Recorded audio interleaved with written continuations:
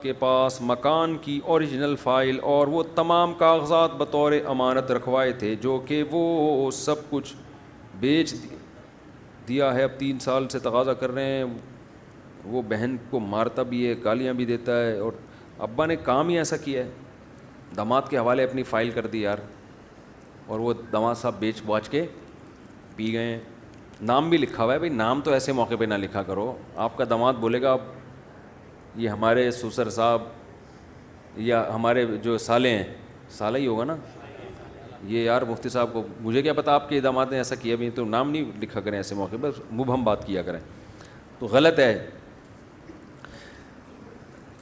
کسی پہ اعتماد نہ کیا کریں۔ ہمارے حضرت فرمایا کرتے تھے جب رات کو سوتے ہیں نا تو اپنا بٹوا اپنی جیب میں رکھیں یا لاکر میں۔ اعتکاف میں بھی ہیں آپ، تبلیغ میں بھی ہیں، لوگ اعتماد کرتے ہیں یار یہ ساتھی تو اعتکاف والے ماشاءاللہ پوری رات شب قدر میں عبادت کی اس نے، یہ کہاں میرے پرس سے پیسے نکالے گا یار، رکھے رہنے دو۔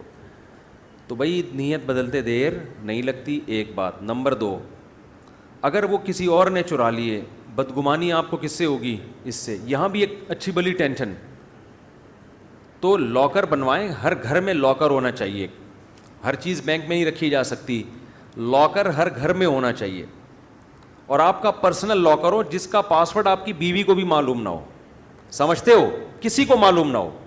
یہ میں اس لیے کہہ رہا ہوں کہ پھر بعض دفعہ چوری ہوتی ہے تو شک بیوی پہ جانے لگے گا۔ شیطان میاں بیوی کو لڑوانے میں بہت بڑا کردار ادا کرتا ہے۔ ایسا کام کیوں کرتے ہو کہ آپ کے دل میں بیوی کا شک پیدا ہو جائے بیوی کے بارے میں کہ یار اس نے تو نہیں چروایا، کیونکہ ایسا نہ ہو آپ کو پتہ ہے کہ پاسورڈ اسی کو معلوم ہے تو اس نے نہ چوری کروایا ہو۔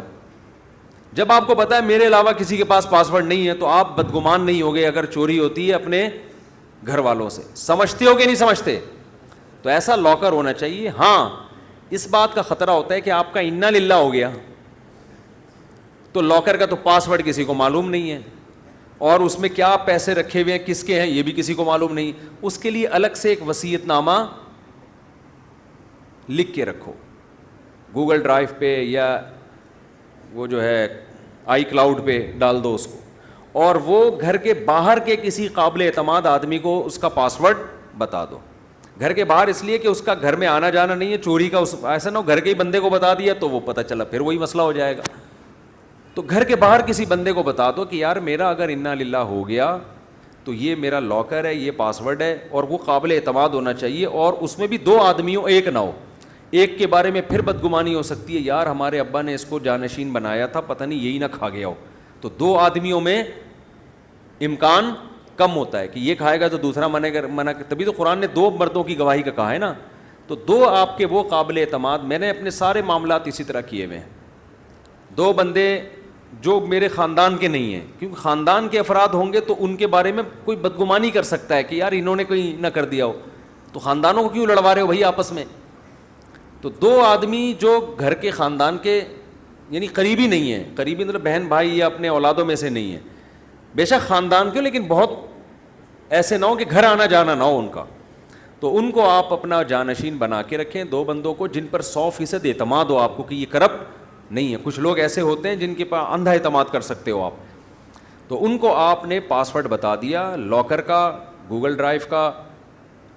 میں نے تو اپنے آئی فون کا پاسورڈ بتایا ہوا ہے کہ میں جیسے ہی مر جاؤں میرا حساب اس میں، تو یہ میرا پاسورڈ ہے، یہ کھول کے یہ پیسے بینک میں اتنے زکوٰۃ کے، اتنے میرے ذاتی، اتنے فلانے کے، اتنے ڈمکانے کے، تو کوئی انشاءاللہ پرابلم نہیں ہوگی۔